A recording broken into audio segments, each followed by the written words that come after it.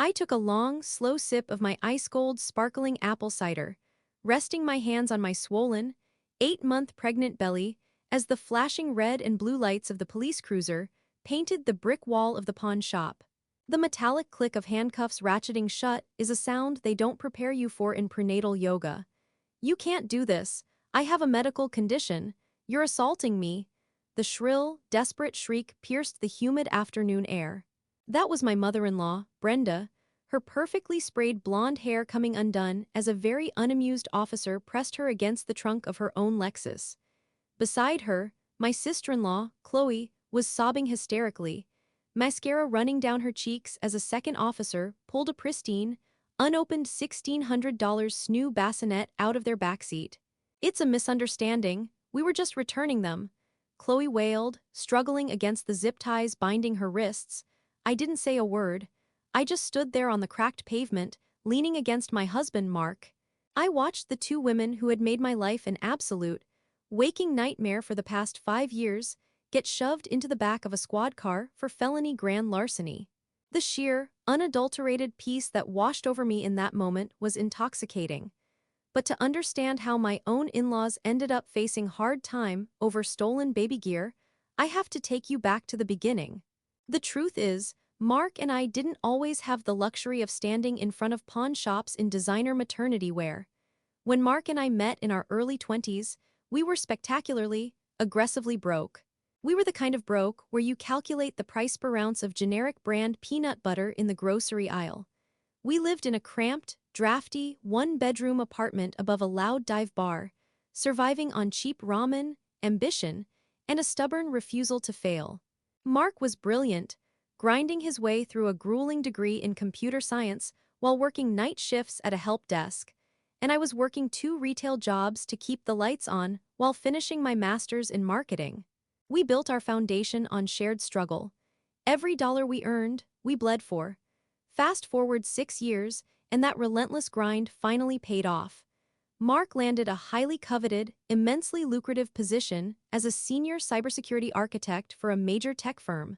A few promotions later, combined with my own success as a marketing director, our financial reality shifted drastically. We bought a beautiful 4-bedroom house in a quiet, leafy suburb. We traded our rattling, decade-old sedans for reliable, safe. We could finally breathe. We could finally travel. We could finally exist without the crushing weight of financial panic pressing down on our chests.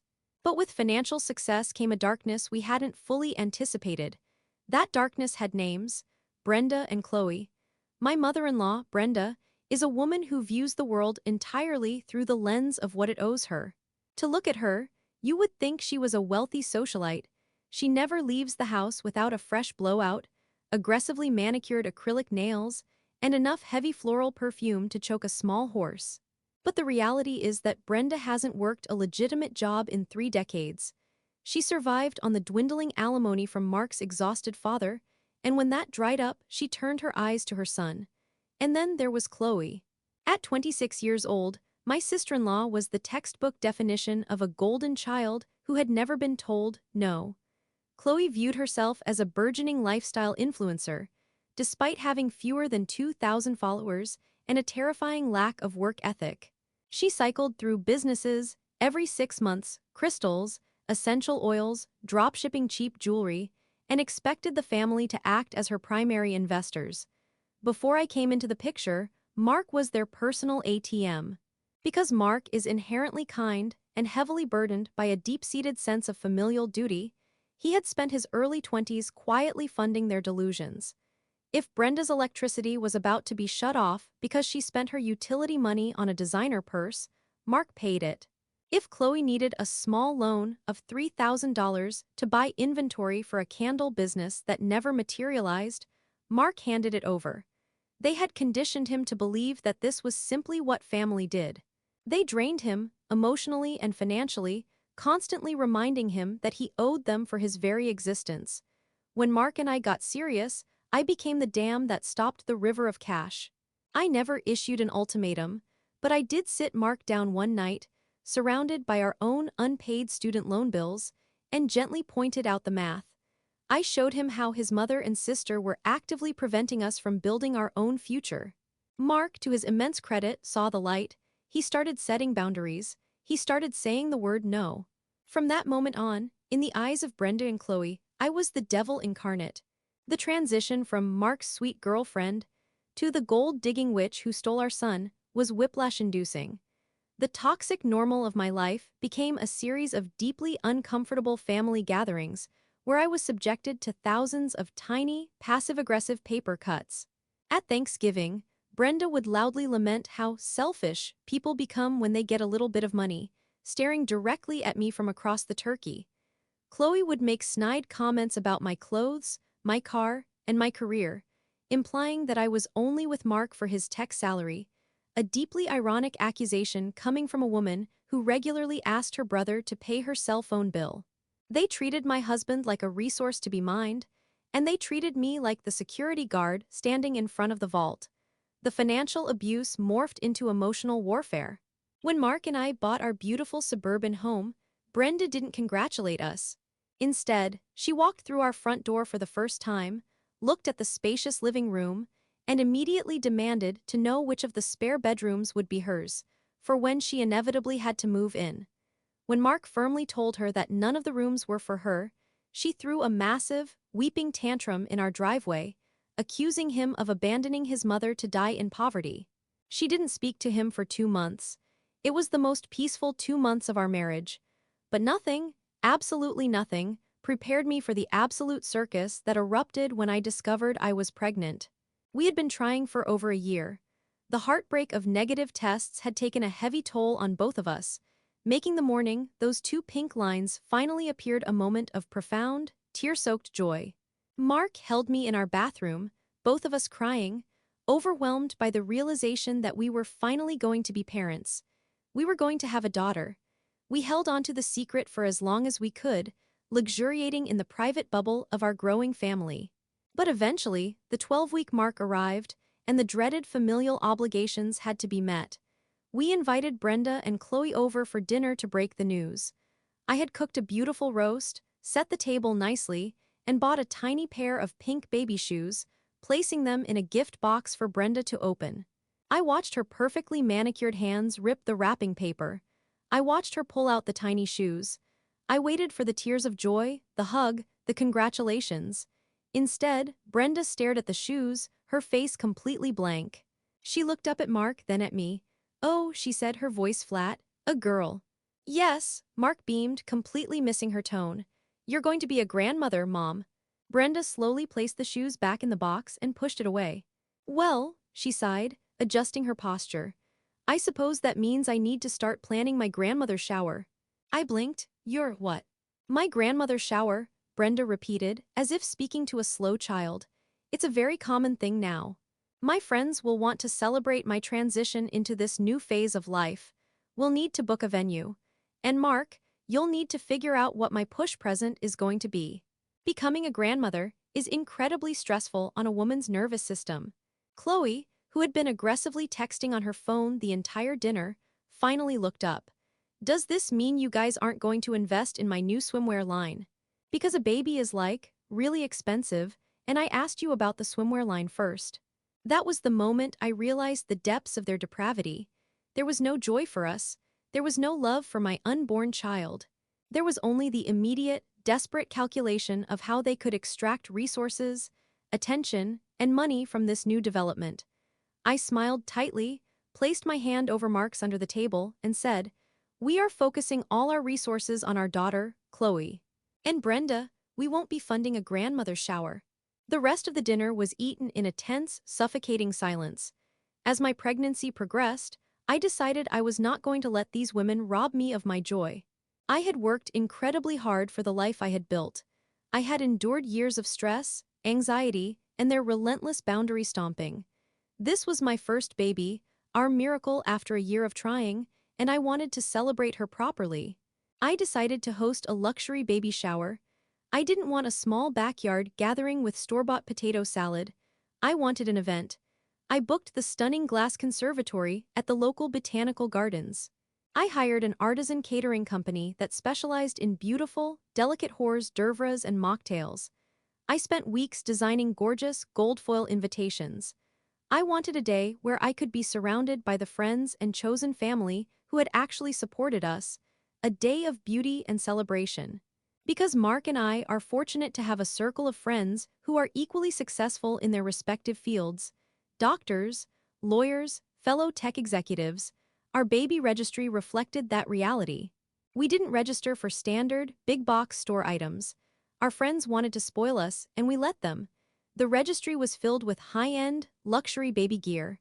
The crown jewel was the Snoo Smart Bassinet, a technological marvel that cost roughly $1,600. There was the UPPAbaby Vista V2 stroller with all the attachments, clocking in at around $1,200. There was the Duna infant car seat that converted into a stroller, the Owlet Smart Sock Monitor, the high-end breast pumps, and designer leather diaper bags that looked like luxury purses. When the invitations and the registry link went out, the backlash from my in-laws was immediate and vicious. Brenda called Mark the very next day, her voice dripping with venom. I was sitting on the couch next to him, and because he always keeps her on speakerphone for my own sanity and documentation, I heard every word. "I just saw the registry link your wife sent out," Brenda scoffed. "A $1,600 bassinet? Mark, what is wrong with you? Why are you letting her spend your money like this? A baby can sleep in a cardboard box." "Mom, our friends asked us to put high-end items on there. Some of them are going in on group gifts."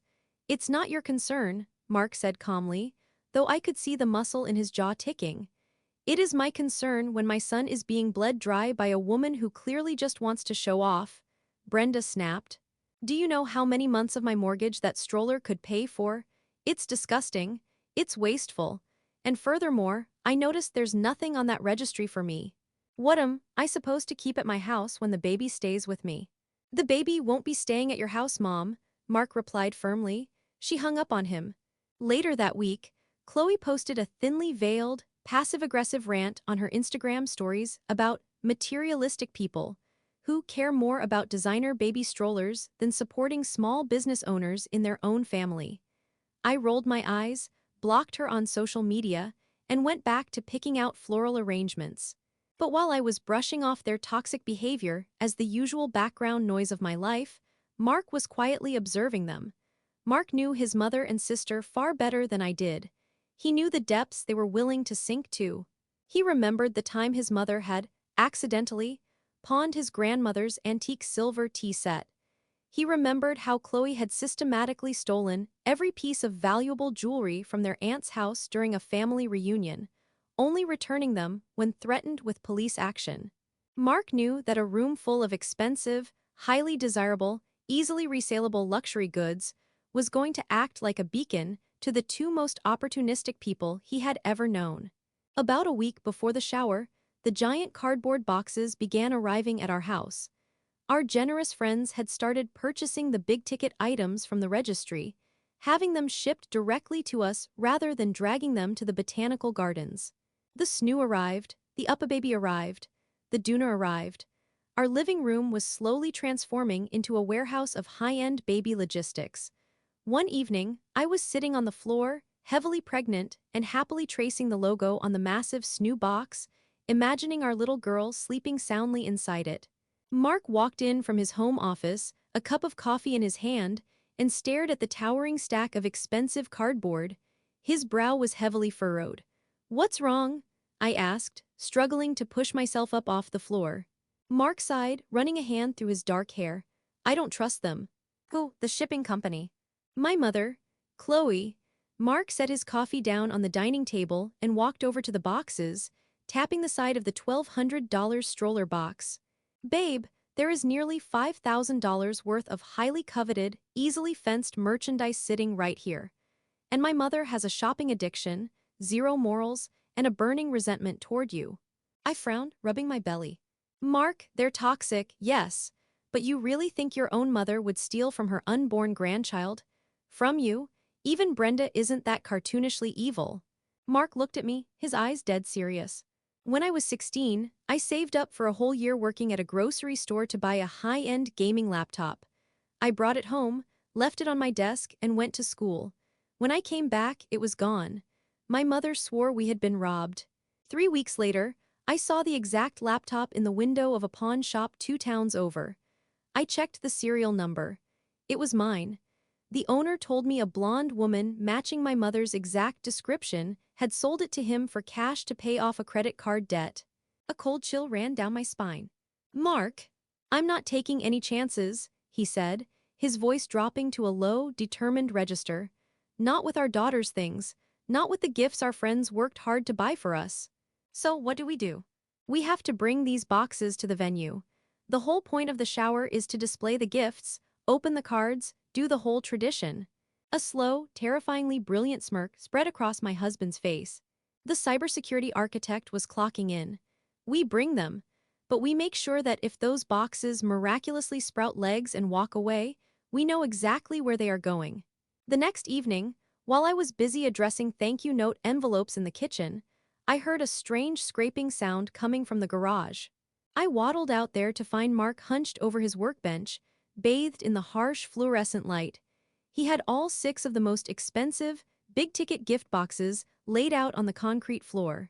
He had a hairdryer in one hand and a razor-sharp utility knife in the other. "What on earth are you doing to the stroller?" I gasped. Mark didn't look up. He was carefully applying heat to the clear factory shipping tape on the bottom of the Uppababy box. "Softening the adhesive," he murmured, his eyes narrowed in concentration. "If I just cut the tape, it looks tampered with. If I heat it, I can peel it back perfectly, do what I need to do, and restick it so it looks like it came straight from the factory." "Do what you need to do," I echoed, stepping closer. Mark successfully peeled back the tape without tearing the cardboard. He opened the bottom flaps, revealing the dense styrofoam packing material securing the stroller inside. He reached into his pocket and pulled out a small, circular, silver and white object. An Apple AirTag. "I bought a multi-pack today," Mark explained, his eyes glinting with a mix of protective paranoia and technological glee. He took his utility knife and carved a tiny, perfect circular divot deep into the styrofoam, completely out of sight. He pressed the AirTag into the hole, covered it back up with a scrap of styrofoam, and carefully closed the cardboard flaps. He picked up the hair dryer again, reheated the factory tape, and smoothed it perfectly back over the seam. He stood up and stepped back. To the naked eye, the box was absolutely pristine. It looked like it had never been touched. "Mark, this is..." I trailed off, staring at the box. "Insane, paranoid," he offered. "Genius," I corrected him. For the next 2 hours, I sat on a stool in the garage and watched my husband meticulously perform surgery on our baby gifts. He placed an AirTag deep inside the upholstery of the Snoo bassinet box. He hid one in the base of the Duna car seat box. He slipped one into a false bottom he crafted inside the designer diaper bag box. He tagged the high-end baby monitor, the breast pump and the stroller. 6 high-value boxes, 6 hidden trackers. When he was finished, he pulled out his iPhone, opened the Find My app and showed me the screen. 6 little green dots were clustered perfectly together in our garage, named Snoo, stroller, car seat, and so on. "If they stay at the venue, great. I'm just a paranoid husband," Mark said, pocketing his phone. "But if they move, we are going to catch them red-handed." I slept surprisingly well that night, feeling a strange sense of security wrapped around me. The trap was set, even if I sincerely hoped we would never need to spring it. I wanted to believe that Brenda and Chloe, despite their abhorrent personalities, would draw the line at actively robbing a pregnant woman at her own baby shower.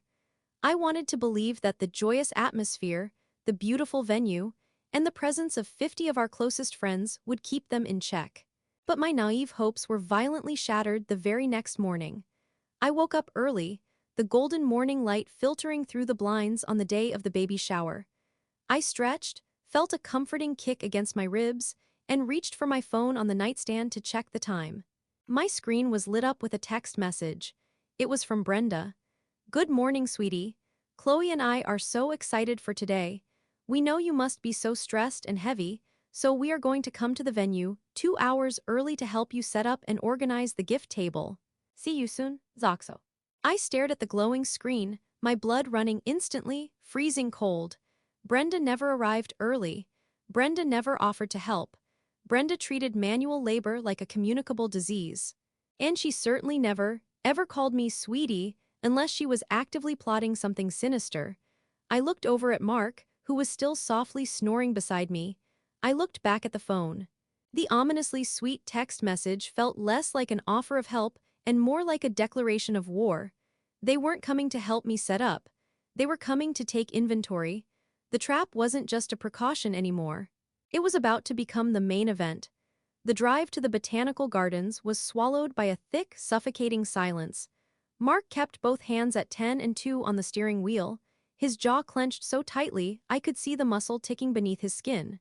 In the rearview mirror, the massive cardboard monoliths of the Snoo, the Uppababy, and the Duna loomed in the back of the SUV. A silent, high-end cargo that suddenly felt less like gifts and more like bait. I rested my hand on my stomach, feeling a rolling kick from our daughter. Even she seemed to sense the atmospheric pressure dropping. When we pulled up to the glass conservatory, the sheer beauty of the venue managed to momentarily pierce through my dread. It was an architectural marvel of wrought iron and sweeping glass panes, nestled among centuries-old oak trees and vibrant, blooming azaleas. Inside, the air was perfectly climate-controlled, smelling faintly of damp earth, blooming orchids, and the crisp citrus of the floral arrangements I had painstakingly chosen. The catering staff was already bustling about, setting up towering tiers of miniature crab cakes, delicate cucumber sandwiches, and a massive crystal dispenser of iced lavender lemonade. It was exactly the elegant, peaceful sanctuary I had envisioned for my baby shower. But the sanctuary was about to be breached. Mark began the grueling process of hauling the heavy boxes inside, his tailored linen shirt quickly sticking to his back in the morning humidity. We arranged the gift table against a spectacular backdrop of creeping jasmine vines. The sheer volume of the boxes was staggering. Because our friends hadn't wanted to deal with wrapping paper on such massive items, the pristine, glossy cardboard packaging was out in the open, proudly displaying the brand names and high-definition photos of the luxury gear inside. It looked like a high-end baby boutique had exploded in the middle of the conservatory. At exactly 10 o'clock, a full 2 hours before the invitations stated the party would begin, the heavy oak doors of the conservatory swung open. A cloud of heavy, suffocating patchouli and synthetic rose perfume entered the room a full second before she did. Brenda strode in, wearing a floral-wrapped dress that was wildly inappropriate for a morning shower, looking more like she was attending an evening cocktail party in Miami than a baby shower in a greenhouse. Her blonde blowout was helmet stiff, and she carried a massive, knockoff designer tote bag on her shoulder. Trailing behind her like a bored, malevolent shadow was Chloe, clad in a skin-tight, pale pink silk slip dress that left absolutely nothing to the imagination, her eyes glued to the screen of her iPhone. "My sweet, swollen, precious girl," Brenda shrieked, her voice echoing harshly off the glass ceiling. She practically lunged across the stone floor, wrapping her arms around me in a crushing, performative hug. It took everything in my power not to flinch. Brenda had never called me precious in the 5 years I had known her. Usually she referred to me as Mark's wife with a dramatic, tragic pause in the middle. "Look at you, you're just popping," Brenda cooed, stepping back and aggressively patting my stomach. "You look so exhausted, honey, just absolutely drained. We told each other in the car, Chloe, we have to get there early to help poor Op. She looks like she could topple over at any minute." "I feel fine, Brenda. Thank you," I said, my voice tight. Chloe didn't even bother greeting me. She had stopped dead in her tracks the moment she cleared the entryway. Her eyes were locked onto the gift table. I watched as her gaze swept over the towering boxes, her pupils practically dilating as she processed the sheer retail value stacked against the jasmine vines. "Oh, my God," Chloe breathed, finally looking away from her phone. She slowly drifted toward the table, her hand reaching out to trace the lettering on the Snoo box. Are these all yours?" "Our friends are very generous," Mark said, stepping out from behind a floral arrangement, wiping sweat from his brow. His eyes were locked on his sister, calculating, cold. "Mark, darling," Brenda pivoted, throwing her arms open for her son. "We're here to work. Tell us what to do. We want to be absolutely indispensable to you today." It was a masterclass in psychological manipulation. If I didn't know about the AirTags, if I didn't know about their history, I might have actually believed this was a turning point. But I saw the way Brenda's eyes darted past Mark's shoulder, taking rapid inventory of the boxes. I saw Chloe pull her phone back up, actively typing something into a search bar. She was standing directly in front of the Baby Vista V2 box. I knew exactly what she was typing. She was checking the current resale value. "We're actually mostly set up," I said, forcing a polite, robotic smile. "The caterers handled the food, and Mark brought the boxes in. We just need to wait for the guests." "Nonsense." Brenda waved her hand dismissively, her acrylic nails flashing in the sunlight. "There's always something to do. Chloe, go help your brother with whatever he's doing. I'm going to tidy up this gift area. It looks so cluttered with all these giant boxes, don't you think, sweetie? They ruin the aesthetic of the flowers." "Leave the boxes, Mom," Mark said, his voice dropping an octave, carrying that firm, authoritative tone he used when managing his engineering teams. "They stay on the table." Brenda's jaw tightened for a fraction of a second, a micro-expression of pure rage that vanished as quickly as it appeared. "Of course, dear, whatever Op wants." The next 2 hours were an excruciating waiting game. Brenda and Chloe hovered around the gift table like vultures circling a dying animal. They meticulously rearranged the smaller gift bags, ensuring they always had an excuse to be standing right next to the massive, expensive boxes. Every time I glanced over, I caught them whispering to each other, their eyes darting to the brand names, subtly testing the weight of the boxes with their manicured hands. When the actual guests began to arrive at noon, the atmosphere shifted drastically. The conservatory filled with laughter, the clinking of crystal glasses, and the genuine warmth of the friends and colleagues who had actually supported us through the years. The air buzzed with excitement. But for Mark and me, the party was merely a backdrop to the tense surveillance operation we were running. Brenda and Chloe immediately switched into their doting family personas. They worked the room, intercepting my friends, loudly proclaiming how blessed they were to be gaining a granddaughter, and subtly trying to take credit for the lavish event. "Yes, we're just so thrilled," I overheard Brenda telling the wife of Mark's CEO, loudly sipping her lavender lemonade. "We insisted on this beautiful venue. Only the best for my son's child, you know." I gritted my teeth and accepted a plate of cucumber sandwiches from Mark, who had barely left my side. "She's insufferable," I muttered under my breath, maintaining my bright hostess smile. "Let her talk," Mark whispered back, his eyes scanning the room. "Look at Chloe." I subtly shifted my gaze. Chloe had commandeered the gift table. She had her phone propped up on a decorative birdcage, filming a video for her meager Instagram following. She was standing in front of the $1,600 snoo bassinet, gently patting the box. "Hey guys, just at my sister-in-law's baby shower," Chloe was saying to the camera, tossing her hair. "Look at this insane smart bassinet we got them. It literally rocks the baby to sleep with like white noise technology. So blessed to be able to spoil my future niece." A hot spike of anger flared in my chest. She hadn't spent a single dime on that bassinet. It was a joint gift from 5 of my closest college girlfriends. But I swallowed the anger down. Let them play their games, I reminded myself. The trap is set. As the afternoon wore on, the sheer volume of smaller gifts and envelopes accumulating on the table began to genuinely obscure the beautiful floral backdrop. The photographer I had hired was politely trying to navigate around the massive cardboard boxes to get good angles of the guests mingling. I saw Brenda watching the photographer. I saw the gears turning in her head. She caught Chloe's eye from across the room and gave a sharp, almost imperceptible nod. Brenda materialized at my elbow, her hand resting heavily on my shoulder. "Op, sweetie. This gift table is just becoming a total disaster hazard.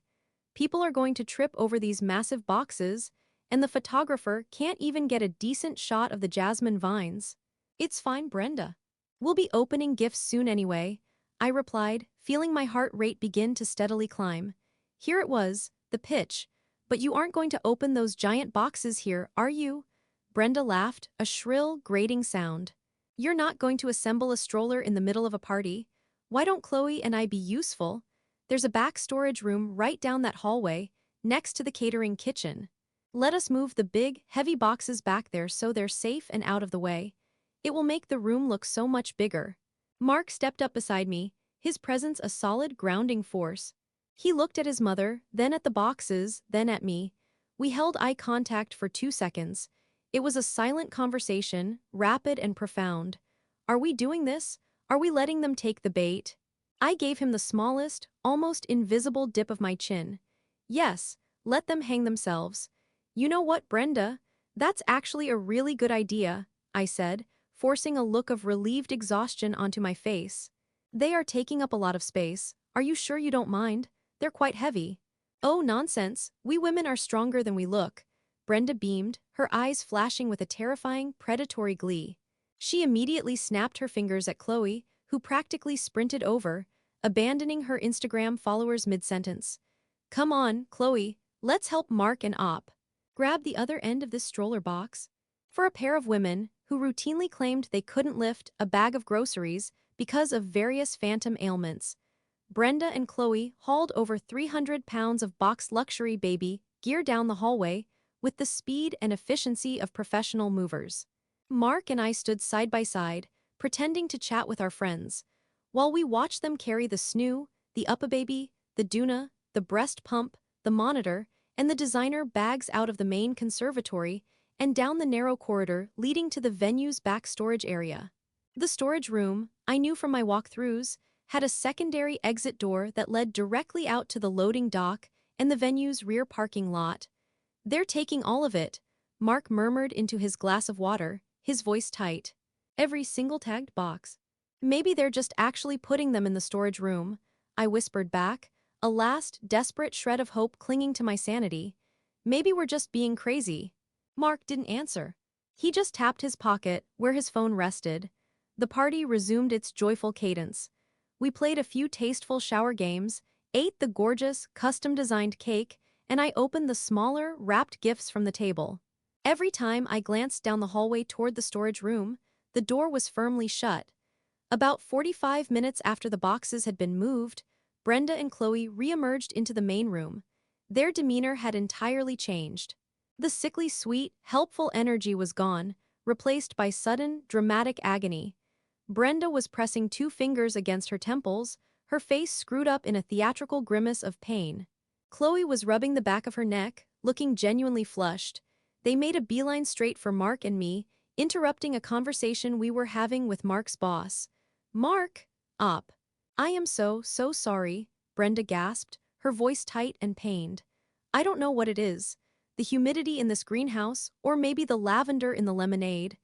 But I have been hit with the most blinding, paralyzing migraine of my entire life. Me too, Chloe chimed in, squinting her eyes as if the ambient sunlight was physically assaulting her. I feel so nauseous. I think I need to go lie down in a dark room immediately. Oh no, that's terrible, I said, forcing a look of deep sympathy. My heart was pounding so hard I thought it might crack my ribs.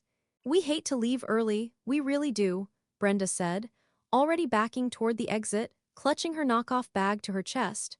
But I have to get my medication. You kids enjoy the rest of your beautiful day. Mark, call me tomorrow. Before either of us could say another word, Brenda and Chloe turned and practically fled toward the main entrance. They didn't stop to say goodbye to anyone else. They didn't grab a favor bag. They pushed through the heavy oak doors and disappeared into the humid afternoon air. Well, Mark's boss chuckled, watching them go. They certainly made a quick exit. You have no idea, Mark said, his voice entirely devoid of humor. The last hour of the shower felt like a fever dream. I smiled until my cheeks ached. I hugged my friends. I thanked everyone profusely for their immense generosity and love. But underneath the veneer of the glowing, grateful mother-to-be, my stomach was churning with a cold, sickening dread. The trap was set, the bait was taken, and the predators had fled the scene. Now, all that remained was to look inside the box. By 4 o'clock, the last guest had finally departed. The catering staff was efficiently breaking down the buffet tables and hauling away the trash. The beautiful glass conservatory was suddenly echoing, empty and quiet. Mark turned to me. He didn't say a word, he just extended his hand. I took it, pulling myself up from the velvet armchair I had been resting in. My feet were swollen, my back ached, and I was physically exhausted, but a massive spike of adrenaline was currently overriding my nervous system. We walked together, hand in hand, away from the empty gift table and down the narrow hallway. The polished stone floor clicked beneath Mark's dress shoes. We reached the door to the storage room. It was closed. Mark reached out, grabbed the brass handle, and pushed it open. The room was a large, utilitarian space filled with spare folding chairs, extra tables, and cleaning supplies. Sunlight streamed in through a high window, illuminating the dust motes dancing in the air. At the far end of the room was the heavy metal door that led out to the rear loading dock. The door was slightly ajar, a small wedge of cardboard shoved near the bottom hinge to prevent it from locking shut. And the floor space next to the chairs, the space where Brenda and Chloe had supposedly stacked nearly $5,000 worth of luxury baby gear, was completely, utterly empty. Not a single box remained. The snoo, the stroller, the car seat, the bags, all of it, gone. I stood in the doorway, staring at the empty concrete floor. Even though I had known this was a possibility, even though Mark had literally engineered this exact scenario, the reality of it hitting me was a physical blow. The absolute betrayal. The sheer, breathtaking audacity of his own mother and sister loading up their vehicle with gifts meant for my unborn child while smiling to my face. The silence in the room was deafening. Mark slowly let go of my hand. He didn't yell. He didn't punch the wall. The cold, analytical calm that washed over him was infinitely more terrifying than rage. He reached into his pocket, pulled out his iPhone, and opened the Find My app. He stared at the screen for a long, agonizing moment, the blue light reflected in his eyes. "Well," I whispered, my voice trembling. Mark slowly turned the phone around so I could see the screen. 6 little green dots were clustered tightly together, but they weren't at the venue. And they weren't heading toward Brenda's house in the suburbs. They were moving rapidly down Interstate 95, heading straight toward the commercial district on the south side of the city. "They didn't just steal them," Mark said, his voice a lethal, quiet whisper. "They're already trying to fence them." The 6 tiny, glowing green dots on Mark's iPhone screen felt like they were burning a hole straight through my retinas. We stood together in the doorway of that dusty, utilitarian storage room, the faint scent of the catering company's bleach still hanging in the air, staring at a digital map that was fundamentally altering the trajectory of our entire lives. The dots labeled snoo, Up-A-Baby, Duna, Pump, Monitor and Bags were clustered in a tight, pixelated knot, gliding smoothly south along the bright yellow line of Interstate 95. I didn't just feel betrayed. I felt a violent, physical sickness radiate from the center of my chest all the way down to my swollen ankles. The baby kicked hard against my ribs, a sharp flutter of movement that forced a shallow gasp from my lungs. "They didn't just steal them," Mark repeated, his voice a lethal, quiet whisper that barely disturbed the dust motes dancing in the shaft of sunlight above us. "They're already trying to fence them." I looked at my husband. The man standing next to me was not the same man who had spent his 20s quietly paying his mother's overdue electric bills. He was not the exhausted son who had bought his sister a car just to stop her from complaining. That man had died the moment he saw those green dots moving away from the venue. In his place was a senior cybersecurity architect who had just watched a hostile threat actor breach his firewall, steal his encrypted data, and attempt an exfiltration. His face was terrifyingly blank, stripped of all familial affection, leaving behind only cold, hard, analytical geometry. "How fast are they moving?" I asked, my voice trembling, sounding foreign and fragile in my own ears. Mark tapped the screen, zooming in on the cluster of dots.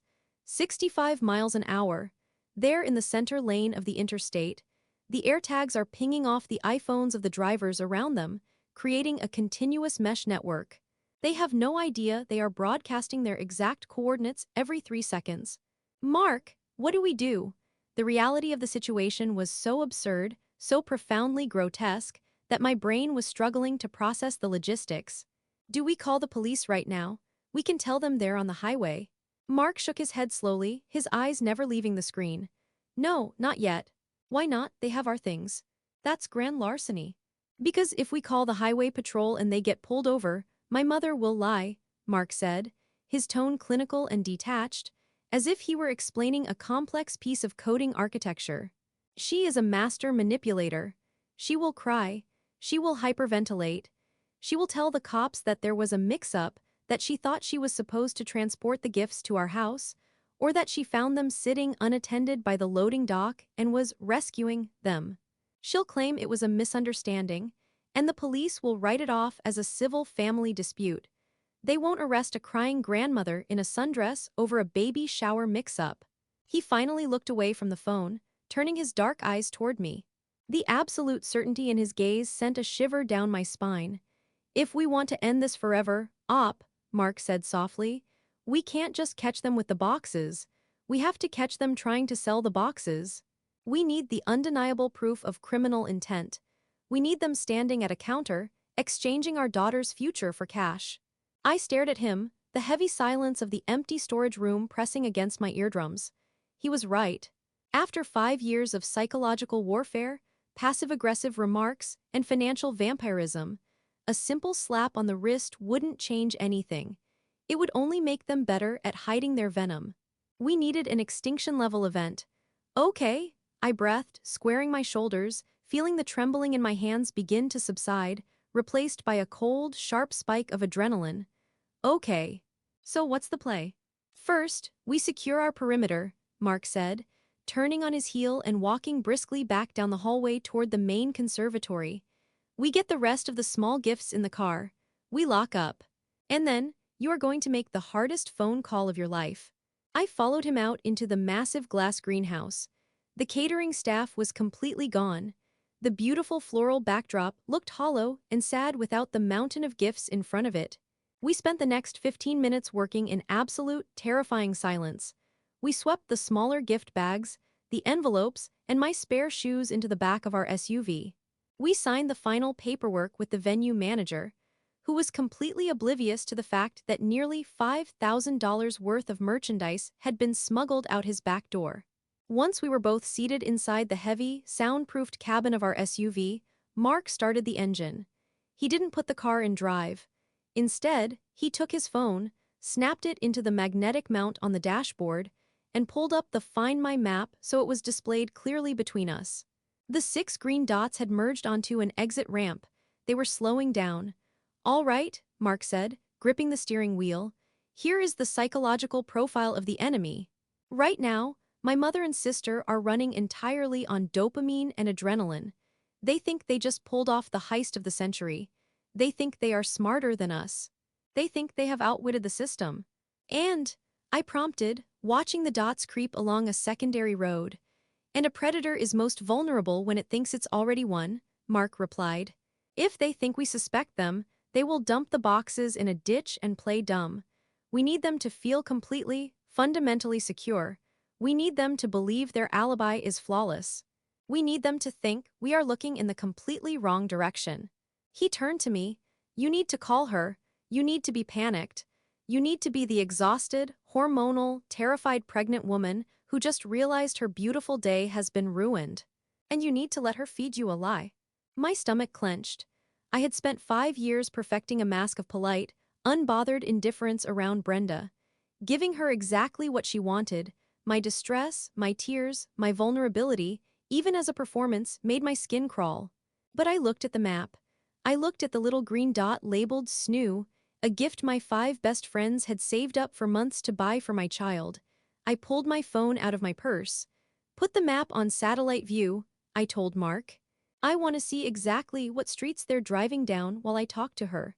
Mark tapped the screen, and the gray grid morphed into high-definition satellite imagery.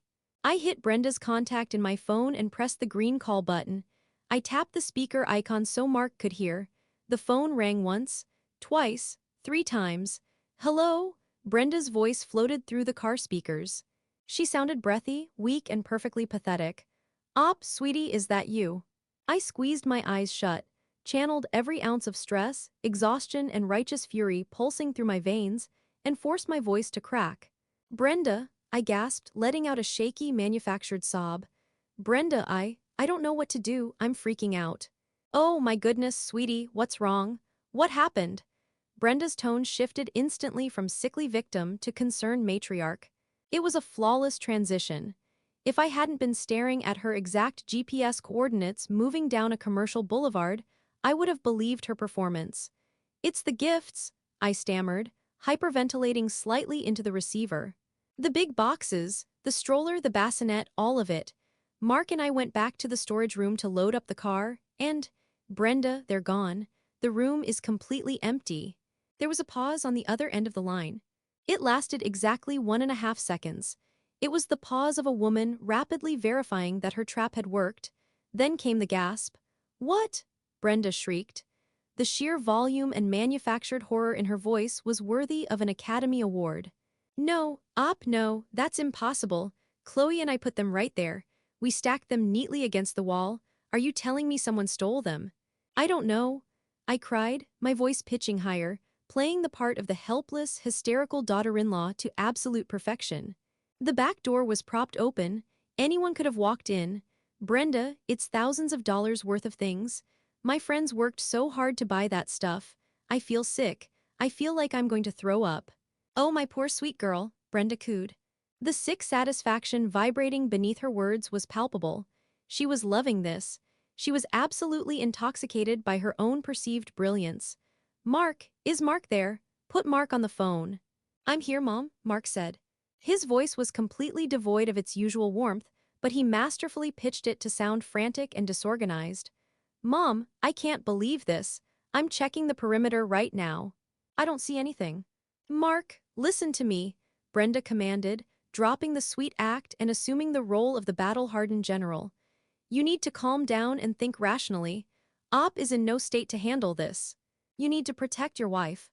"What do we do, Mom? Should I call the police?" Mark asked, playing his role flawlessly, dangling the threat right in front of her. "No. No, no, no," Brenda said quickly, her voice spiking with a microscopic hint of actual panic.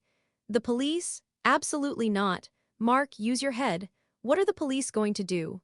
They're going to come out, fill out a piece of paper, and tell you they have no leads.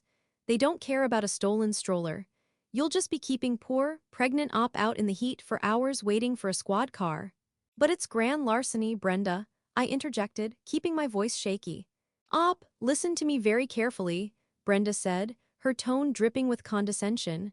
"This wasn't some random thief off the street. Think about it. Who else had access to that back room? Who else was moving freely through the venue, while we were all distracted in the front?" I looked at Mark. He mouthed the word caterers. "The catering staff?" I asked hesitantly, playing dumb. "Exactly," Brenda practically shouted in triumph. "I knew it. I knew there was something sketchy about them the moment I walked in. Did you see the bartender? The one with the neck tattoos? He was eyeing those boxes all afternoon. I bet the moment Chloe and I left with our migraines, they backed their little delivery van right up to that loading dock and cleared the room. The sheer audacity of it took my breath away. Not only was she stealing from her own grandchild, but she was actively trying to frame an innocent group of hardworking local vendors for a felony. She was willing to destroy a small business's reputation just to cover her own tracks. "Oh my God," I whispered, injecting pure horror into my tone. "You think it was the caterers?" "I don't think it, Op, I know it," Brenda declared. "Here is what you are going to do. You are going to get in the car and go home. You need to elevate your feet. Mark, you are going to call the manager of that botanical garden, and you are going to raise absolute hell. You tell them that their vetted vendors are criminals. You threaten to leave reviews on every wedding website on the internet. You threaten to call the local news." "Mom, I don't know." Mark hesitated, playing the unsure son. "Mark, be a man," Brenda snapped, showing her true colors. "They stole from your child. You don't ask for the boxes back. The boxes are gone. They've probably already sold them on Facebook Marketplace. You demand cash compensation from the venue. You tell them you want a check for $5,000 by tomorrow morning, or you will ruin them. You extort them, Mark. It's the only language these businesses understand." I stared at the dashboard. On the screen, the cluster of green AirTags had pulled off the main commercial boulevard and was slowly navigating a dense grid of back streets. The satellite map showed a grim landscape of flat-roofed concrete buildings, pawn shops, auto salvage yards, and cash advance storefronts. "You're right, Brenda," I said, my voice eerily calm, the fake panic suddenly melting away, replaced by a cold, malicious compliance. "You're absolutely right. It had to be the caterers. I'll have Mark call the venue manager as soon as we get home. We won't call the police. That would just complicate things. We'll handle it exactly the way you suggested. Good girl, Brenda purred, immensely satisfied. You just focus on that baby. Let Mark handle the ugly business. I'm going to go lie down in a dark room and put an ice pack on my head. This migraine is just dreadful. Call me when you get the check from the venue. I will, Brenda, I said. Feel better. Love you kids, she chimed. The line went dead. Mark and I sat in silence for a full 10 seconds. The hum of the SUV's air conditioning was the only sound in the cabin. The contrast between the woman we had just spoken to, the caring, outraged grandmother, and the reality displayed on the glowing screen between us was enough to induce vertigo. She has it all figured out, I finally said, the anger settling deep into my bones, turning into something hard and permanent. She had this planned. She knew exactly how to spin it so we wouldn't go to the cops. She's a sociopath, Mark stated, dropping the car into drive. He didn't say it with malice or sadness. He said it as a clinical observation. She has absolutely no empathy, no moral compass, and no concept of consequences because she has never been forced to face them. He pulled the SUV out of the botanical garden's pristine, manicured parking lot and turned right, heading toward the highway on-ramp. Until today, Mark added, his foot pressing down heavily on the accelerator. The pursuit began. We merged onto Interstate 95, the V6 engine of our SUV roaring as Mark quickly brought us up to speed, weaving expertly through the mid-afternoon traffic. The landscape outside my window began to blur and shift, a perfect visual metaphor for the transition we were making. We left behind the lush, green suburbs, the artisanal bakeries, and the manicured lawns. As we drove further south, the trees thinned out, replaced by towering billboards advertising personal injury lawyers and cheap car insurance. The smooth asphalt gave way to pothole-riddled concrete. I kept my eyes glued to the dashboard monitor. The Find My interface is a masterpiece of user experience design. It doesn't just show you a static location, it shows you a living, breathing pulse. Every few seconds, a tiny ripple animation would expand outward from the green dots, indicating that the AirTags were successfully handshake pinging with a nearby Apple device. They're moving slower now, I noted, watching the cluster of dots navigate a tight grid of streets. 25 miles an hour, they must be looking for parking. Zoom in on the satellite view, Mark commanded, keeping his eyes on the road. Drop a pin exactly where they are. I pinched the screen, zooming in until the digital map showed individual rooftops and the faint outlines of parked cars. The little green dots had finally come to a complete stop. They were stationary. I dropped a red pin directly on top of the cluster. A small informational card popped up at the bottom of the screen, revealing the address and the name of the registered business occupying that parcel of land. I read the name aloud. It tasted like ash in my mouth. Cash King Pawn and Luxury Exchange. Mark let out a short, humorless laugh. It sounded like glass breaking. Of course, it's not just a regular pawn shop. It's a high-end luxury exchange. They specialize in buying designer bags, electronics, and premium baby gear for cash, no questions asked. They have a reputation for not looking too closely at where the merchandise comes from, as long as it's still in the box. How do you know that? I asked, looking over at him. Because that is the exact same pawn shop where I found my gaming laptop 12 years ago, Mark said, his jaw tightening so hard I thought his teeth might crack. She didn't even bother finding a new fence. She went back to the same well. The sheer, staggering hubris of it was mind-boggling. Brenda was so confident in her own invincibility, so utterly dismissive of Mark's intelligence, that she was literally repeating the exact same crime, at the exact same location, over a decade later. We're 10 minutes out, Mark said, checking his own navigation app. Check the tags again. Are they still in the car, or have they moved inside the building? I tapped the screen, forcing the app to refresh the precise location data. The map shifted slightly. The green dots were no longer clustered in the area designated as the parking lot. They had moved approximately 30 feet to the east. They were directly underneath the gray rectangular outline of the building's roof. They're inside, I confirmed, my heart rate spiking again. They took the boxes inside. Good, Mark said. That's it, that's the threshold. What do you mean? In this state, Grand larceny is defined as the theft of property exceeding $1,000 in value, Mark explained, his voice slipping back into that terrifying, cold, analytical cadence. We have nearly $5,000 worth of merchandise. That bumps it from a misdemeanor to a Class 3 felony. By crossing the threshold of that pawn shop with stolen merchandise they intend to sell, they have moved from possession of stolen goods to active fencing and trafficking. He reached out and tapped the touchscreen on the dashboard, switching the display from the map to his phone interface. He hit the keypad icon. "What are you doing?" I asked, my breath catching in my throat. "I'm calling the police," Mark said calmly. He dialed 911. He didn't put it on speaker this time. I watched his profile as he held the phone to his ear, his eyes scanning the gritty industrial landscape as we exited the highway. "Yes, hello dispatcher," Mark said, his voice crisp, clear, and utterly devoid of panic. It was the voice of a man reporting a routine software bug.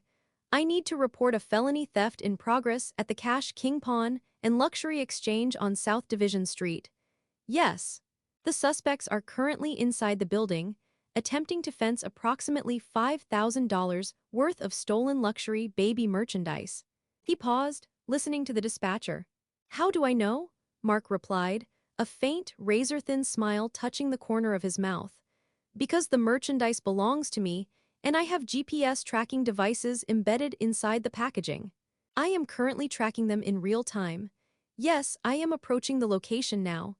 No, I am not armed, and I will not engage the suspects physically. I will remain outside and document the crime." Another pause.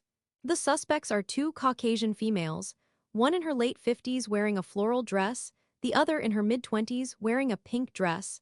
They are driving a silver Lexus SUV. "Yes, I will wait for officers to arrive." Mark ended the call and tossed the phone onto the center console. "Dispatch is sending 2 cruisers. They were already in the sector. They'll be there in less than 5 minutes, Mark said. We turned onto South Division Street. The aesthetic decay of the neighborhood was complete. The sidewalks were cracked, weeds pushed up through the asphalt, and every storefront window was covered in heavy, black iron bars. Neon signs buzzed in the afternoon heat, advertising payday loans, cheap liquor, and bail bondsmen. It was a place designed to extract the last remaining dollars from desperate people. And right in the middle of it all, standing out like a sore thumb, was a pristine silver 2023 Lexus SUV. It was parked haphazardly, halfway over the yellow line, in the small, pothole-riddled lot in front of Cash King Pawn and Luxury Exchange. The trunk of the Lexus was wide open. It was completely empty. Mark didn't pull into the pawn shop's lot. Instead, he smoothly navigated our SUV into the parking lot of a dilapidated, abandoned fast food restaurant directly across the street. He backed into a space that offered us a perfect, unobstructed view of the pawn shop's massive plate glass window. He put the car in park and killed the engine. The silence rushed back into the cabin, thick and heavy. We were no longer moving. The chase was over. Now, we were just the audience. I unbuckled my seatbelt, my hands shaking so badly I could barely press the release button. I grabbed my phone from the dashboard, my fingers fumbling as I opened the camera app and switched it to video mode. "Are you ready for this?" Mark asked quietly, turning his head to look at me. His eyes were dark, unreadable pools. I looked across the street. Through the dirty, barred glass of the pawn shop window, I could see 2 figures standing at the high counter.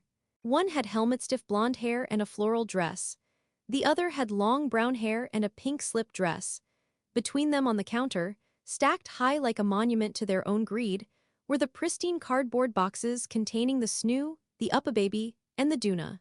They were gesturing wildly, arguing with the man behind the reinforced glass counter. Even from across the street, I could tell they were haggling. I thought about the 5 years of passive-aggressive torture. I thought about the ruined dinners, the financial drain, the snide comments about my career. I thought about Brenda telling me to extort a catering company. And I thought about my unborn daughter, whose carefully chosen gifts were currently being bartered away for a handful of dirty $100 bills. The fear and the trembling vanished, replaced entirely by a surge of pure, icy adrenaline. "Oh, I'm ready," I whispered, unlocking my car door. "Let's go watch them burn." I pushed the heavy car door open. The the suffocating heat of the late afternoon wrapping around me like a damp wool blanket. The air smelled of exhaust fumes, melting asphalt, and the sickly sweet scent of a nearby dumpster baking in the sun.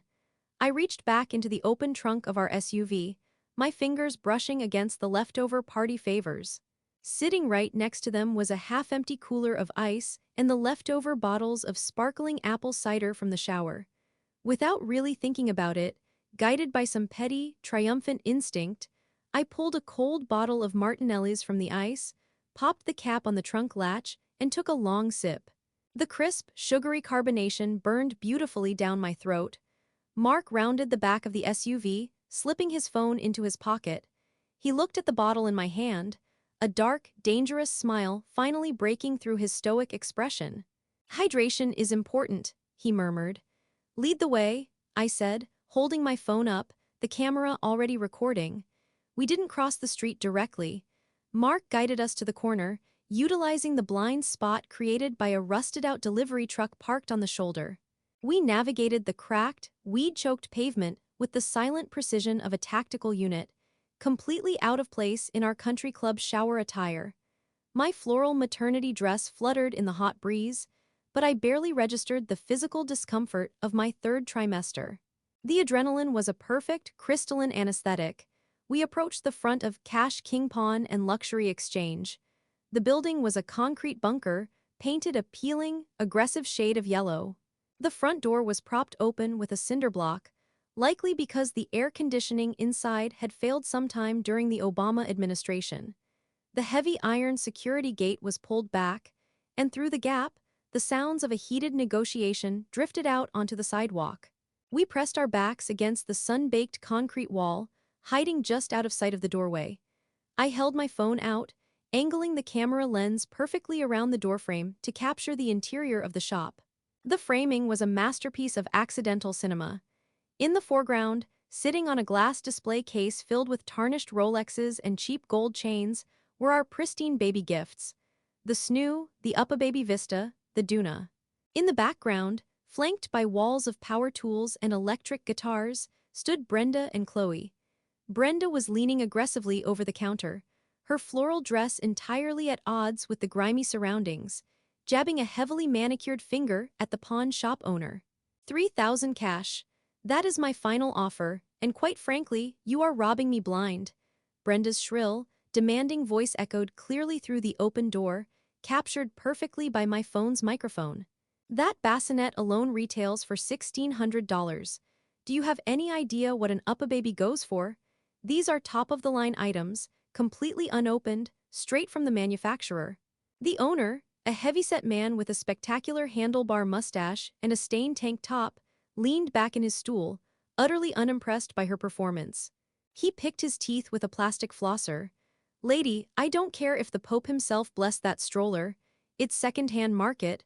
I don't know where you got 'em, and frankly, I don't want to know, but I'm not giving you retail. $1,500 for the lot, take it or leave it." "$1,500?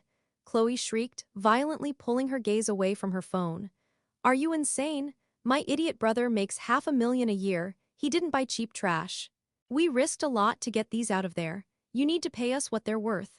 I gasped silently, my hand trembling around my phone. "We risked a lot to get these out of there." Chloe, in her infinite, entitled stupidity, had just confessed to the theft on high-definition video. I glanced at Mark. His eyes were closed, his head resting against the hot brick, a look of profound, devastating finality washing over his face. Hearing it was one thing, having it immortalized on video was another. The last lingering ghost of the family he thought he had was officially dead. "We didn't risk anything, Chloe, keep your mouth shut," Brenda hissed, swatting at her daughter's arm. She turned her sickly sweet, manipulative smile back on the owner. "Listen, sir, it was a chaotic event. A massive baby shower. The catering staff was running around like headless chickens. The venue was a disaster. Nobody was watching the back room. We just loaded them up and drove away. It was practically a public service, decluttering the space. Now, be a gentleman. 2,500 and we walk." 1,800. "Final offer," the owner grunted. "Or you can pack all this heavy crap back into your Lexus and try the guy 3 blocks down. but he's gonna offer you less.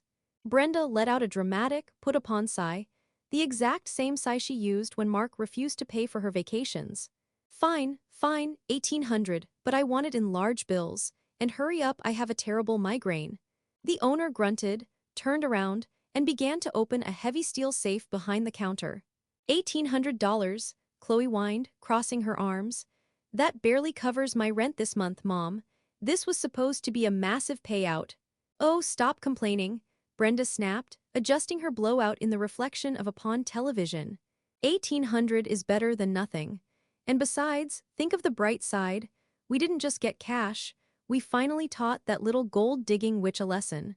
Op thought she could show off all her fancy little toys. Now she gets to go home and cry over an empty nursery. It's a win-win. My vision actually went red. A primal, maternal fury ignited in my chest, burning so hot I thought it might incinerate the building. She wasn't just stealing for money. She was stealing for the sheer, sadistic pleasure of hurting me. Suddenly, the wail of police sirens pierced the muggy afternoon air. The sound started as a distant shriek, but rapidly intensified, multiplying as two separate cruisers converged on South Division Street. The sirens didn't just pass by. They abruptly choked off with a sharp whoop-whoop as the cruisers aggressively angled into the small parking lot, their tires screeching against the asphalt. Red and blue lights exploded across the yellow concrete of the pawn shop, flashing violently against the barred windows. Inside the shop, the atmosphere instantly vaporized into pure, unfiltered panic. Mom, Chloe gasped, her voice dropping an octave. Mom, the cops are outside. Don't look at them, just act normal. Brenda hissed, her hands flying to the top of the snoo box, as if she could somehow casually hide a massive, 5-foot-tall piece of furniture with her body. 4 officers materialized from the cruisers, moving with practiced, intimidating speed. They didn't knock. They didn't casually stroll in. They breached the open doorway, their hands resting cautiously on their duty belts, scanning the room. Mark and I stepped out from our hiding spot, falling in perfectly right behind the officers. We crossed the threshold into the oppressive, dusty heat of the pawn shop. Nobody move. Step away from the merchandise, the lead officer commanded, his voice booming in the confined space. Brenda physically jumped, letting out a startled shriek. She spun around, her eyes wide with manufactured terror, preparing to launch into her victim routine. Her mouth opened, a carefully practiced sob already forming on her lips. And then she saw us. She saw Mark, standing tall and imposing, his face an impenetrable mask of ice. And she saw me, heavily pregnant, holding my phone up, the red recording light still glowing, with a bottle of sparkling apple cider in my other hand. The color drained from Brenda's face so rapidly, I thought she might actually faint. Her jaw went slack, the sob died in her throat, replaced by a pathetic, suffocated wheeze. Chloe, entirely devoid of her mother's improvisational skills, simply burst into loud, ugly tears, burying her face in her hands. Mark. Op, what are you doing here? Brenda stammered, her eyes darting frantically between us and the 4 police officers currently flanking her. We're here for the baby shower gifts, Mom, Mark said. His voice wasn't angry. It was terrifyingly, devastatingly calm. The ones you stole from the back room of the conservatory. Stole? I didn't steal anything. Brenda's survival instincts finally kicked in, overriding her shock. She turned to the lead officer, clasping her hands together in a desperate plea. Officer, please, this is a terrible misunderstanding. This is my son. I am a grandmother. I was just taking these gifts to return them, yes. To exchange them for store credit because they were the wrong models. I was trying to help. She was haggling for $1,800 in cash. The pawn shop owner interjected from behind the counter, raising his hands in universal surrender. Don't drag me into this, lady. I didn't buy nothing yet. They brought it in. I'm completely clean. He's lying, Brenda shrieked, pointing an acrylic nail at the owner. He's a crook. We were just asking for directions to the baby store. The lead officer looked at Brenda, then at the massive stack of pristine boxes, and then finally turned to Mark. Sir, you were the one who called in the tip. You're claiming this merchandise belongs to you. I am, Mark stated. He pulled a thick, neatly folded stack of papers from his inside jacket pocket and handed it to the officer. Here are the digital receipts and registry confirmations for every single item on that counter. They total exactly $4,892. Furthermore, I have timestamped video evidence, courtesy of my wife's phone, of these two women admitting to stealing the items from our private event and explicitly negotiating a cash fence. You can't prove those are your specific boxes, Brenda yelled, desperation making her voice crack. These are common items, anyone could have bought them, you're trying to frame your own mother. Ma'am, please lower your voice, a female officer warned, stepping closer to Brenda. Mark didn't even look at his mother. He kept his eyes locked on the lead officer. Actually, officer, I can prove beyond a shadow of a doubt that those exact boxes belong to us. Mark pulled his iPhone from his pocket. He held it up, ensuring everyone in the room could see the screen. He opened the Find My app. Because of my mother's long and well-documented history of financial abuse and theft, Mark explained clearly, I took the liberty of slicing open the bottom of every single one of those boxes last night. I embedded Apple AirTags deep into the styrofoam packaging of every item before resealing them with a heat gun. Brenda stopped breathing. The silence in the pawn shop was absolute. Mark tapped the screen. He selected the device labeled snoo. He pressed the button that said play sound. For a second, nothing happened. And then, cutting through the heavy, dusty air of the pawn shop, a loud, piercing, rhythmic electronic chirping erupted from directly inside the massive bassinet box sitting on the counter. Chirp, chirp, chirp, chirp. The sound was deafening. It was the undeniable, technological sound of absolute checkmate. Chloe let out a wail of utter despair and sank to her knees right there on the dirty linoleum floor. Mark tapped his phone again. He selected Up a Baby, play sound. A second, slightly different electronic chirp began harmonizing with the first, this one emanating from the stroller box. Mark tapped again. Duna, play sound. By the time Mark activated the third tracker, the pawn shop sounded like a malfunctioning arcade. The boxes were literally singing their own geographic coordinates, a chorus of high-definition proof that completely, utterly destroyed Brenda's reality. Brenda stared at the boxes as if they were venomous snakes. Her mouth opened and closed like a dying fish. The elaborate web of lies, the manufactured migraines, the fake caterer conspiracy, it all burned away in the face of those relentless, chirping alarms. The lead officer didn't need to hear another word. He nodded to his partners. Brenda and Chloe, you are both under arrest for felony grand larceny and possession of stolen property, the officer said, his voice flat and professional. He reached for his handcuffs. No, no, you can't do this. Brenda suddenly exploded, physically thrashing backward, knocking a display of cheap sunglasses onto the floor. I have a medical condition, you're assaulting me. Mark, tell them to stop, tell them right now, I am your mother. Put your hands behind your back, ma'am, or you will be charged with resisting, the female officer ordered, grabbing Brenda's wrists and forcefully turning her around. The metallic click of the handcuffs ratcheting shut echoed beautifully over the chirping of the AirTags. They hauled Brenda and a sobbing, hyperventilating Chloe out the front door and into the glaring sunlight. Mark and I followed them out. And that brings us back to the beginning. I took a long, slow sip of my ice-cold, sparkling apple cider, resting my hands on my swollen, 8-month pregnant belly as the flashing red and blue lights of the police cruiser painted the brick wall of the pawn shop. It's a misunderstanding, we were just returning them, Chloe wailed as an officer guided her head into the back of the squad car. Mark, you ungrateful little bastard, I brought you into this world. I will ruin you, Brenda screamed, spit flying from her lips as she was pressed against the trunk of her own Lexus, her carefully crafted facade entirely shattered, revealing the pathetic, vicious monster underneath. Mark stood beside me, his arm wrapped tightly around my waist. He watched his mother scream, his face completely serene.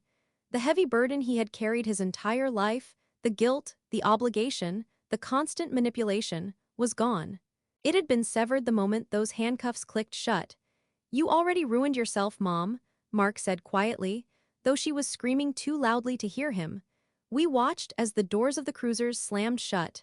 We watched as the cars pulled out of the lot, their sirens wailing, carrying the darkness out of our lives forever. The aftermath of that afternoon was a whirlwind of legal bureaucracy, but it was the most satisfying bureaucracy I have ever navigated. Because the value of the stolen goods was nearly $5,000, the state prosecutor took the case very seriously. Brenda and Chloe were formally charged with Class 3 felony grand larceny. They tried to beg, of course. From the county jail, they used their one phone call to dial Mark, screaming and crying, demanding that he drop the charges. But Mark didn't answer. He forwarded the voicemails directly to the prosecuting attorney. We filed permanent, airtight restraining orders against both of them, citing the theft, the emotional abuse, and the video evidence of their malicious intent. Faced with the undeniable proof of the AirTags and the video of their confession in the pawn shop, their public defender advised them to take a plea deal. They both pled guilty to avoid a drawn-out trial. Brenda, due to a previously unknown history of minor fraud charges, was sentenced to 18 months in a state correctional facility. Chloe received 3 years of heavily monitored probation, thousands of dollars in fines, and 200 hours of community service. As part of the plea agreement, the judge ordered that they were legally forbidden from ever contacting us or our child for the rest of their lives. The day after the arrests, Mark and I drove back to the pawn shop with a police escort to officially reclaim our property. The owner, eager to wash his hands of the entire affair, practically threw the boxes into the back of our SUV. We brought them home. We opened them together in the quiet sanctuary of our house.